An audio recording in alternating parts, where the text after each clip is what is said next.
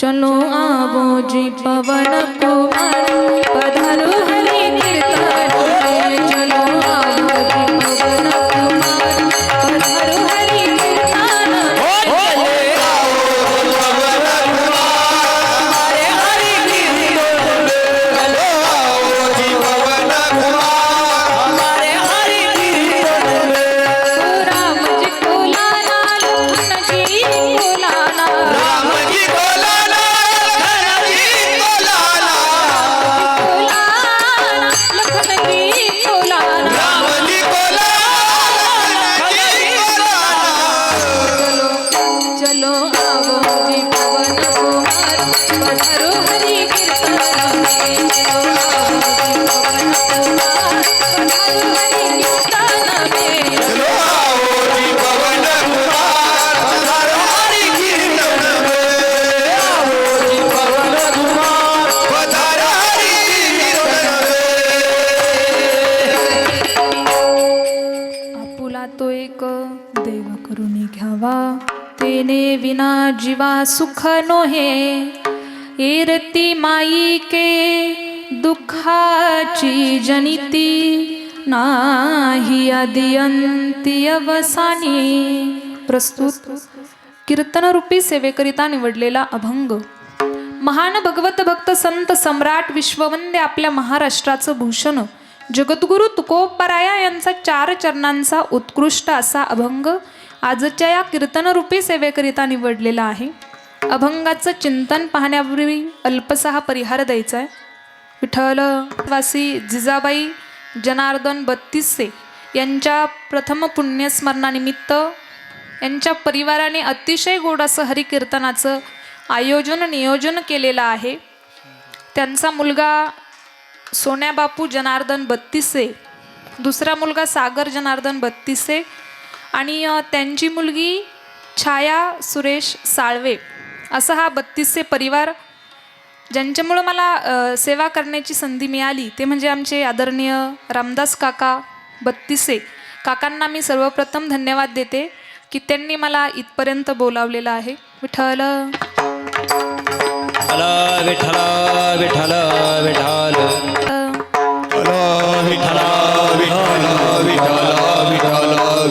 आमच्या सगळ्यांचा आवाज तुमच्यापर्यंत जे व्यवस्थितरित्या पार पाडण्याचं काम करत आहेत ते म्हणजे आदरणीय सागर दादा असतील। सागर दादांसाठी टाळी झाली पाहिजे एकदा जोरात। आणि हा कार्यक्रम तुम्ही कधीही जरी पाहायचं म्हटलं, यानंतर तुम्हाला 6 महिन्यांनी हा कार्यक्रम पाहू वाटला, 1 वर्षांनी 2 वर्षांनी, पण तरी सुद्धा हा कार्यक्रम तुम्ही पाहू शकता।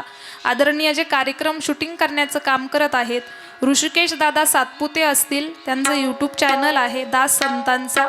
या दास संतांच्या यूट्यूब चॅनलवरती हा कार्यक्रम तुम्ही कधीही पाहू शकता। विठ्ठल अभंग जगद्गुरु तुकोबरायांचा आहे पहा। जगद्गुरु तुकोबराया कुणाला म्हणायचं आहे बरं? सत्य असत्याचा निवाडा करणारे म्हणजे जगद्गुरु तुकोबराया आहेत। कुणाला म्हणायचं बरं जगद्गुरु तुकोबराया? कुणाच्याही देखाव्याला कधीही न भुलणारे म्हणजे जगद्गुरु तुकोबराया आहेत। कुणाला म्हणायचं बरं तुकोबराया? की ज्यांच्या नावाने त्या यमाला सुद्धा कंप फुटावा त्यांना म्हणायचं आहे बा जगद्गुरु तुकाराम तुकाराम नाम घेता कापे यम, नाम घेता कापे यम, घेता कापे यम।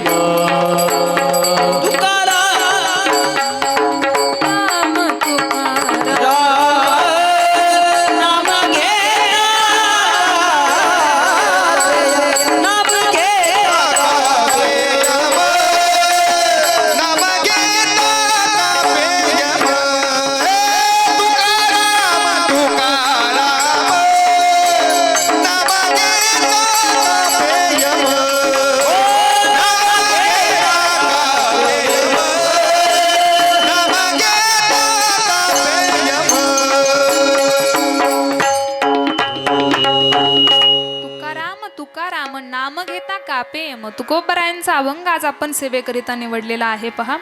या अभंगामध्ये जगद्गुरु तुकोबराया तुम्हा आम्हा जीवांच्या मूलभूत आकांक्षा फलीभूत होण्याचा उपाय सुचवतात पहा. इथं भिन्न भिन्न समाजाची लोक आहेत, भिन्न भिन्न वयोगटातील लोक आहेत. सगळी भिन्न भिन्न जरी असली तरी सुद्धा सर्वांच्या मूलभूत आकांक्षाचा विषय एकच आहे आणि तो मी नक्की सांगू शकते पहा. तुमच्या मनामध्ये आजी काय आहे मी तुम्हाला सांगू शकते का? हो की नाही? नाही. तुमच्या मनात काय मी सांगू शकते का? नाही. तुमचं नाही म्हणणं आहे, परंतु तुम्हाला जर हो म्हणायला लावलं तर त्याकरिता अगोदर एक दृष्टांत आहे का पहा. एका राज्यामध्ये राजाने एका व्यक्तीला प्रधान पदावरती ठेवलेलं होतं. खूप वर्षानुवर्षा तो त्या प्रधान पदावरती होता, परंतु तो काय करायचा, घरादाराचा विचार करत नव्हता, स्वतःचा विचार करत नव्हता. फक्त आपल्यामुळे आपल्या राज्याचा विस्तार कसा होईल याचा तो विचार करत होता. पण कुणी कितीही जरी चांगलं काम केलं ना तरी सुद्धा त्याच्याविषयी असंतुष्ट असणारी काही मतही नक्की असतात पहा. तुम्ही कितीही चांगलं काम करा पण तरी सुद्धा तुम्हाला नाव ठेवणारी लोक असतात. 99 जण जरी तुम्हाला चांगलं म्हणाली तरी सुद्धा एक जण तुम्हाला नाव ठेवणारा असतोय. तो जो प्रधान पदावरती होता तो स्वतः एवढं चांगलं काम करत होता. चांगलं काम करत असून सुद्धा त्याच्याविषयी असंतुष्ट असणारी काही मतं होती. त्या लोकांनी विचार केला की आपल्या राज्यामध्ये आणखी एवढी सगळी मंडळी आहेत आणि एवढी सगळी माणसं असून सुद्धा राजाने याच एकाच व्यक्तीला प्रधान पदावरती ठेवलेला आहे. मग दुसऱ्या व्यक्तीला का बरं प्रधान पदावरती राजे घेत नाहीत? विचार केलेला आहे, मीटिंग भरलेली आहे, राजेसाहेबांकडे गेलेले आहेत. राजेसाहेबांना म्हणाले, राजेसाहेब, एका व्यक्तीला तुम्ही एवढ्या दिवसापासून प्रधान पदावरती ठेवलेला आहे, मग आपल्या राज्यामध्ये आणखी सुद्धा हुशार माणसं आहेत, त्यांच्या बुद्धीचा वापर करून आपण आपल्या राज्याचा अजून विस्तार करू शकतो. मग राजेसाहेब म्हणाले, ठीक आहे, तुमचं असं म्हणणं आहे की आपल्या राज्यामध्ये आणखीन सुद्धा हुशार मंडळी आहेत, परंतु या प्रधानापेक्षा तुमची मंडळी हुशार आहे हे मी कसं ठरवू बरं? मग त्यांनी सांगितलेलं आहे, आपण काय करू, परीक्षा घेऊ. कारण परीक्षेमधून कळतं ना कोण किती हुशार आहे. कारण मुलं ज्यावेळेस परीक्षा देतात, वार्षिक परीक्षा ज्यावेळेस असते त्यावेळेस कळतं की कोण किती हुशार आहे. ठरलेलं आहे परीक्षा घ्यायची. असंतुष्ट असणारी मतं जी आहेत त्यांची मीटिंग भरलेली आहे. विचार केलेला आहे आपण प्रधानजीला कुठला प्रश्न विचारला पाहिजे बरं. विचार केल्यानंतर एक जण म्हणाला, आपण काय करू, इंग्लिशवर प्रश्न विचारूया. एक जण म्हणाला, प्रधानजी इंग्लिशमध्ये आपल्याला बोलू देणार नाही. मग दुसरा म्हणालेला आहे, मग आपण कुठला प्रश्न विचारायचा आहे बरं. तर एक जण म्हणाला, इतिहासाचा प्रश्न विचारू. दुसरा म्हटला, इतिहासामध्ये सुद्धा प्रधानजी आपल्याला बोलू देणार नाही.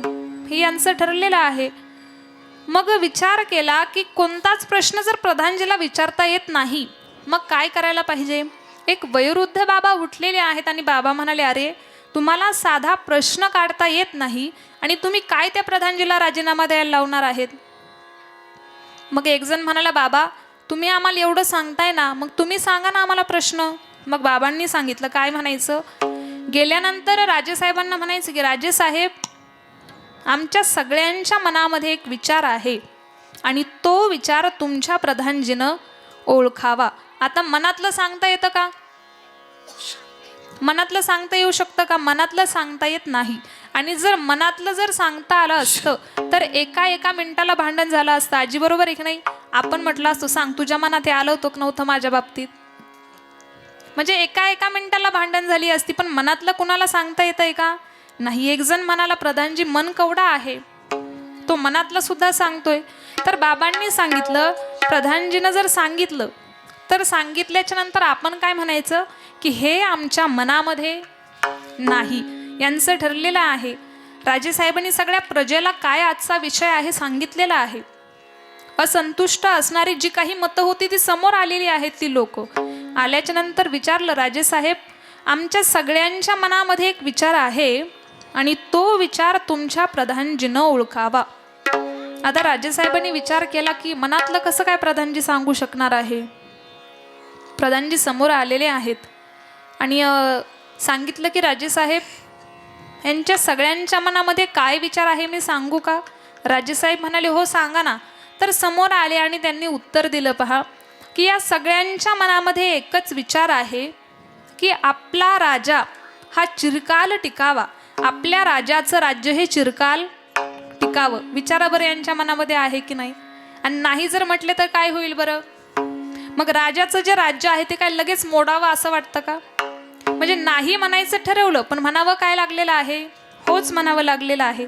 तसंच मी तुम्हाला विचारलं की मी तुमच्या मनामधलं सांगू शकते का. त्यावेळेस तुम्ही काय सांगितलेलं आहे मला की सांगू शकत नाही. सांगू का सगळ्यांच्या मनामध्ये काय आहे. तुम्ही नाही म्हणायचं ठरवलेलं आहे बरोबर, पण मी तुम्हाला आता हो म्हणायला लावणार आहे. तर सगळ्यांच्या मनामध्ये एक विचार आहे, सगळे जीव एकाच गोष्टीसाठी धडपड करतात, ते म्हणजे आहे सुख. असं कोण आहे इथं बसल्यापैकी की त्यांना सुख नकोय. ज्ञानोबराय तर असं म्हणतात पहा, मज लागी दुःख व्हावे ऐसे कोणी भागी ना जीवे. मला दुःख व्हावं अशी कुणी भावना सुद्धा करत नाही. मग प्रत्येकाला काय हवंय, सुख हवंय. माणूस रात्रंदिवस धडपड करतोय, कष्ट करतो, अहोरात्र कष्ट करून माणसाला असं वाटतं की त्यामधून मला पैसे मिळतील आणि पैसे मिळाल्यानंतर मी माझ्या जीवनामध्ये सुखी होईल. मग प्रत्येक जण जर सुखाच्या शोधामध्ये आहे तर मग सुख कुठं आहे बरं. तर सुख त्या भगवंताच्या जवळ आहे पहा. सर्व सुखाचे आधार, सर्व सुखाचे आधार, सर्व सुखाचे आधार, सर्व सुखाचे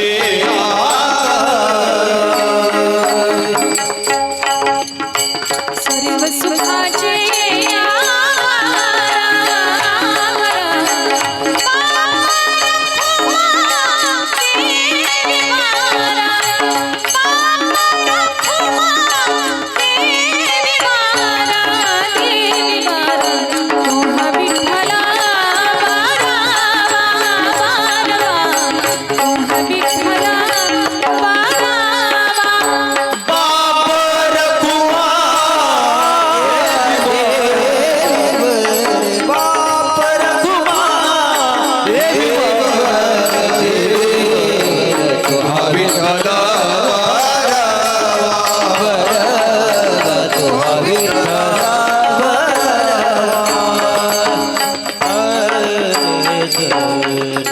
ज्ञानोबराय आपल्याला सांगतात पहा, सर्व सुखाचे आगर बाप रखुमा देवीवर. सुख कुठं आहे, सुख त्या भगवंताच्या जवळ आहे.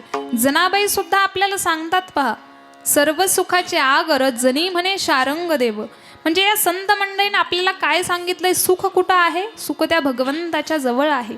नव्हे नव्हे तुकोबराय तर आपल्याला एका ठिकाणी असं सांगतात पहा की भगवंताजवळ एवढं सुख आहे का त्याचं मोजमाप आपण करू शकत नाही पहा. सुख रूप ऐसे तुझे कोण सांगा, माझ्या पांडुरंगा सारी देते, माझ्या पांडुरंगा सारी देते. सुख रूप ऐसे तुझे कोण सांगा, माझ्या पांडुरंगा सारी देते, माझ्या पांडुरंगा सारी देते. तुकोबराय आपल्याला काय सांगतायत की माझ्या पांडुरंगा एवढा सुखी कुणी आहे का. त्या भगवंताच्या जवळ एवढं सुख आहे, एवढं सुख आहे की त्याचं मोजमाप आपण करू शकत नाही पहा. देशे काले वेदानुवादा, ज्या सुखाची न करवे मर्यादा, त्याची मर्यादा, त्याचं मोजमाप, त्याची तुलना आपण करू शकत नाही. एवढं सुख त्या भगवंताच्या जवळ आहे. मग आपल्या प्रत्येकाला काय पाहिजे, सुखच पाहिजे की नाही. मग आपल्याला ते सुख मिळावं असं जर वाटत असेल तर काय करावं. तुकोबराय आपल्याला त्याचं उत्तर अभंगाच्या प्रथम चरणात. आपुला तो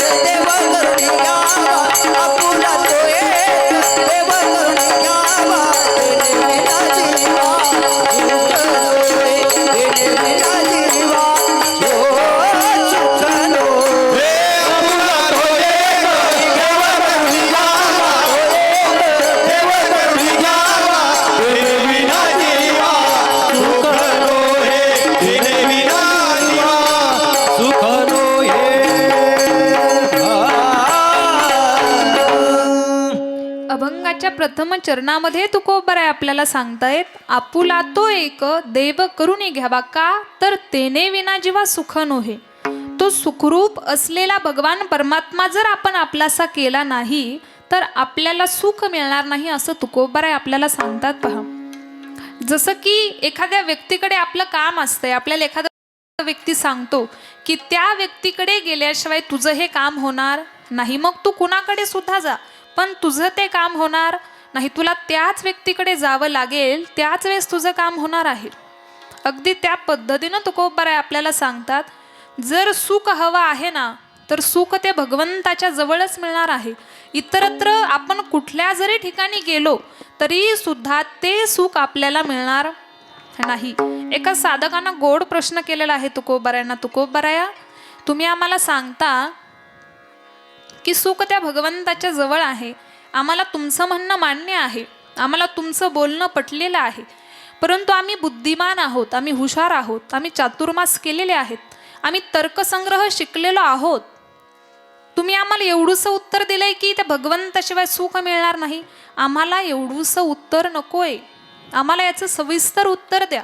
तर त्याचं सविस्तर उत्तर तुकोबराय एक जबरदस्त उत्तर तुमच्या आमच्या लक्षात आणून देतात. पहा, तुकोबराय म्हणतात, भगवान परमात्मा सोडून इतर ज्या काही गोष्टी आहेत त्या सगळ्या माईक आहेत, आणि माईक असलं म्हणून काय झालं तर माईक हे दुःखाला उत्पन्न करणारं आहे. तेच तुकोबराय अभंगाच्या द्वितीय चरणामध्ये आपल्याला सांगतात,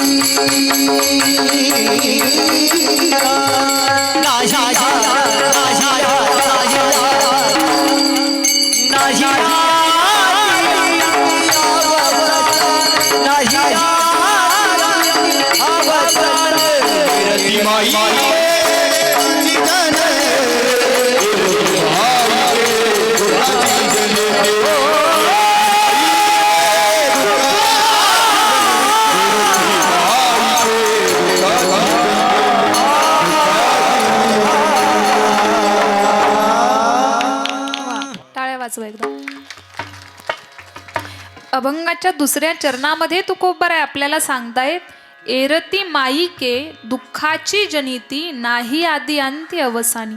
एर म्हणजे देवाला सोडून इतर ज्या काही गोष्टी आहेत ना त्या सगळ्या माईक आहेत. मग माईक असलं म्हणून काय झालं बरं, तर दुःखाची जनिती. माईक हे दुःखाला उत्पन्न करणार आहे. म्हणूनच तुकोबाराय आपल्याला काय सांगतात, आपुला तो एक देव करून घ्यावा तेने विना जीवा सुख नोहे.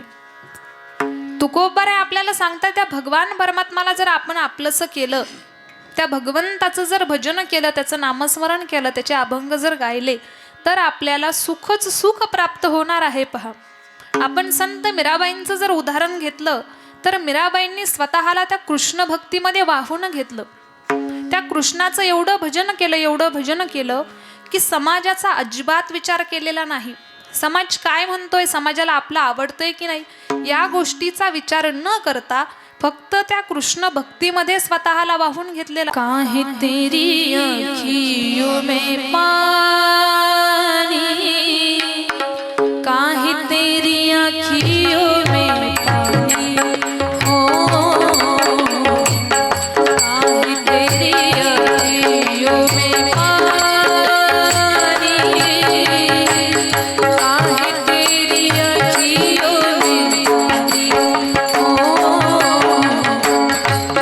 कृष्ण दीवानी मीरा प्रेम दीवानी. जय हो कृष्ण दीवानी मीरा प्रेम दीवानी. हे हो मीरा प्रेम दीवानी, हो मीरा श्याम दीवानी, हो मीरा प्रेम दीवानी, हो मीरा श्याम दीवानी. प्रेम दीवानी हो मेरा श्याम दीवानी, हो मेरा प्रेम दीवानी, हो मेरा श्याम सीता में भागी रंग मिल जाए, जग तो क्या सृष्टि जाए, जग तो क्या सृष्टि जाए. सीता में भागी रंग मिल जाए, जग तो क्या सृष्टि जाए, जग तो क्या सृष्टि जाए. झुक जाए अभिमानी, झुक जाए कृष्ण दीवानी मीरा श्याम दीवानी. दीवाना मेरा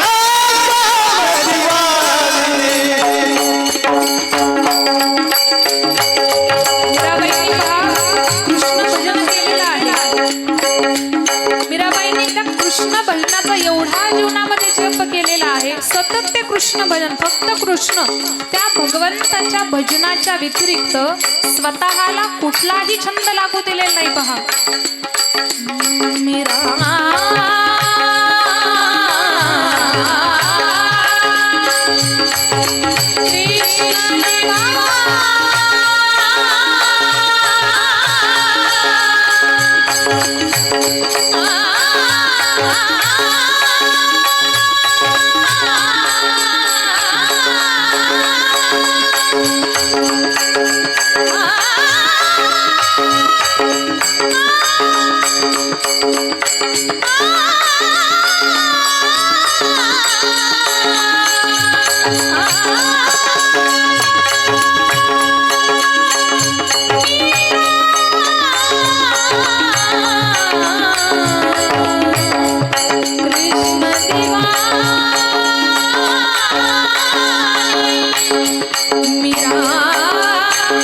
कृष्ण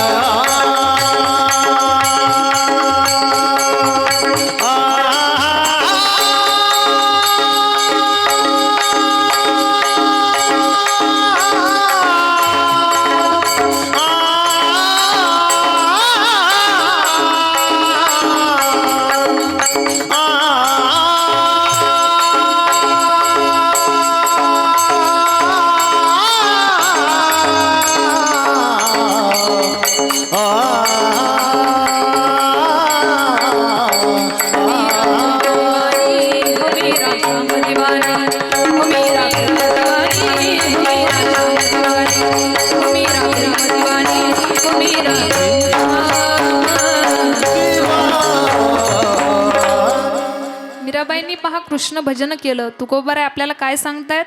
जर सुख पाहिजे तर भगवंताला आपलंसं करा, त्या भगवंताचं नामस्मरण, त्या भगवंताचं स्मरण करा. विठ्ठल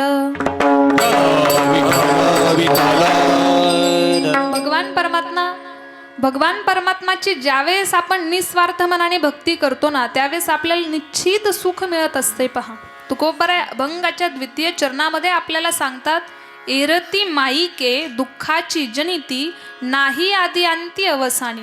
माईक दुःख देतं इथपर्यंत बरोबर आहे, परंतु मग माईक कशाला म्हणायचं आहे बरं?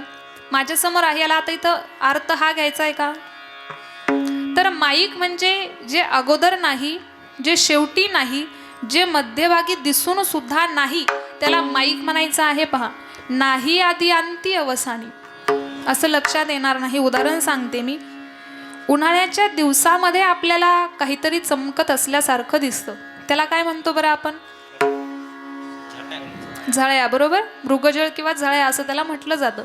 त्या झळया आहेत, ते मृगजळ आहेत, तुम्हाला आम्हाला लक्षात येतं, परंतु त्याला एक प्राणी भुलतो. पहा, त्या प्राण्याचं नाव काय? हरिण. हरणाला असं वाटतं की ते पाणीच आहे. त्या पाण्याच्या अपेक्षेने ते हरिण खूप पळतं. पण ते मृगजळ तयार कसं होतं बरं? ज्यावेळेस सूर्याची प्रखर किरण जमिनीवरती पडली जातात, त्यावेळेस तिथं ते मृगजळ तयार होत असते. तेजा आणि उखिरा भेटी जहालिया वीरा, मृगजळाची पुरा तेची रूप. पण ते मृगजळ आहे तुमच्या आमच्या लक्षात येतंय. हरिण त्या पाण्याच्या अपेक्षेने इतकं पळतं की खऱ्या पाण्याची नदी जरी आडवी आली ना, तरी सुद्धा तिला उल्लंघून जात. मृगजळ दिसे मृगजळ दिसे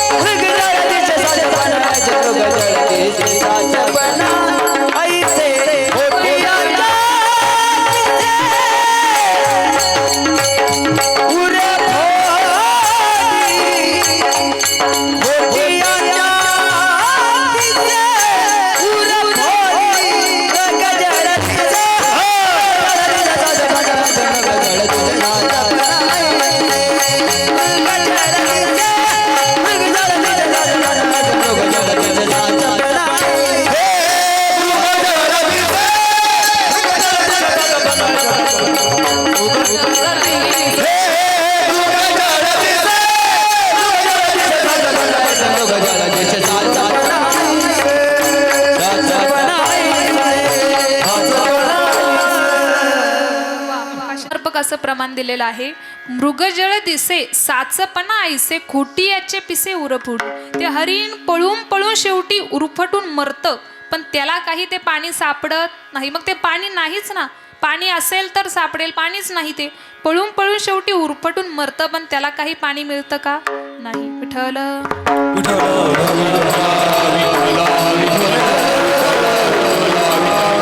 मग ते मृगजळ सुरुवातीला नाही, शेवटी नाही, मध्यभागी असून सुद्धा नाही. त्याला माईक म्हणायचं आहे बा. विठ्ठल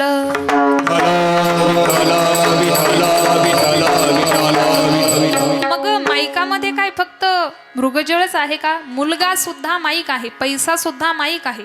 मुलगा सुद्धा ठराविक काळापर्यंत सुख देतो. मुलगा सुद्धा माईक आहे. गोष्ट नेहमी लक्षात ठेवायची. पहा, पैशाशिवाय कुठलीच गोष्ट होत नाही. माणसाकडे जर पैसा असेल ना तरच माणसाला किंमत आहे.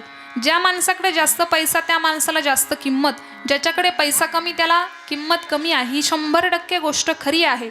म्हणून जीवनामध्ये आपण पैसा कमवला पाहिजे, पण त्याचबरोबर संतांचं जे प्रमाण आहे, जोडून या धन उत्तम व्यवहारे उदास विचारे वेच करी. त्या पैशाचा वापर आपण कसा केला पाहिजे हे आपण आपलं ठरवलं पाहिजे. नाहीतर तोच पैसा नंतर आपल्याला दुःख देत असतोय. पहा, विठ्ठल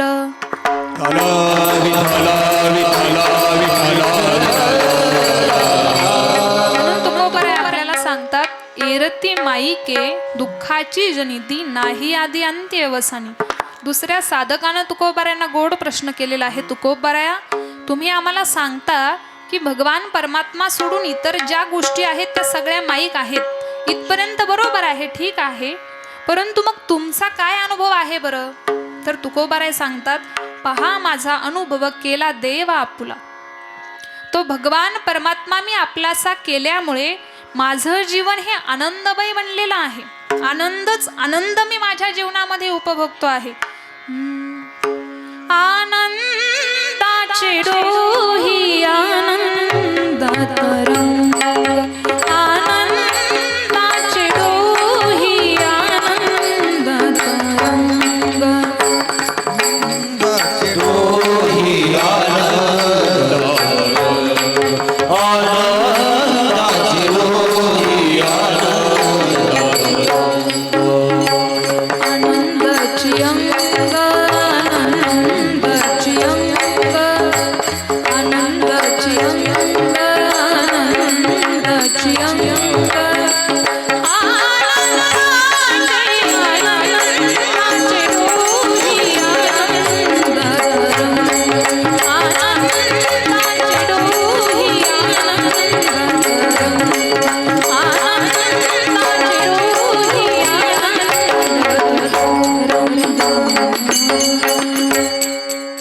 तुकोबारानं ज्यावेळेस विचारलेला आहे तुमचा अनुभव काय, त्या भगवान परमात्म्याला आपलंसं केल्यानंतरचा तुमचा अनुभव काय आहे, तर तुकोबाराय सांगतात, आम्ही ज्यावेळेस त्या भगवंताला आपलंसं केलं आमचं जीवन हे आनंदमय बनलेलं आहे. आम्ही आमच्या जीवनामध्ये आनंदच आनंद उपभोगतो आहेत. विठ्ठल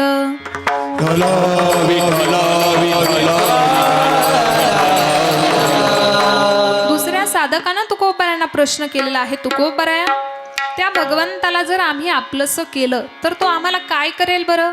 त्याचं उत्तर अभंगाच्या 3ऱ्या चरणामध्ये, अविनाश करी आपुलियासे, अविनाश करी आपुलियासे, अविनाश आपुलियासे, अविनाश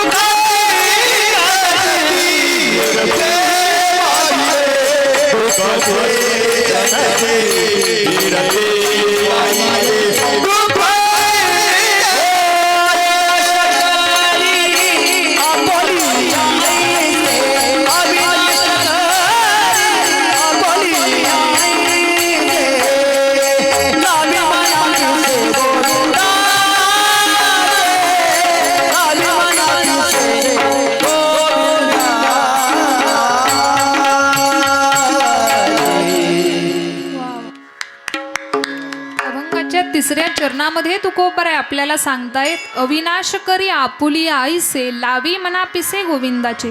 त्या भगवान परमात्माला आपलंसं केल्यानंतर तो आपल्याला अविनाशी बनविल. कधी तर लावी मना पिसे गोविंदाचे. ज्यावेळेस त्या गोविंदाचा आपल्याला वेड लागेल, त्याच्या भजनाचा छंद आपल्याला लागेल ना, त्याच वेळेस तो भगवान परमात्मा आपल्याला अविनाशी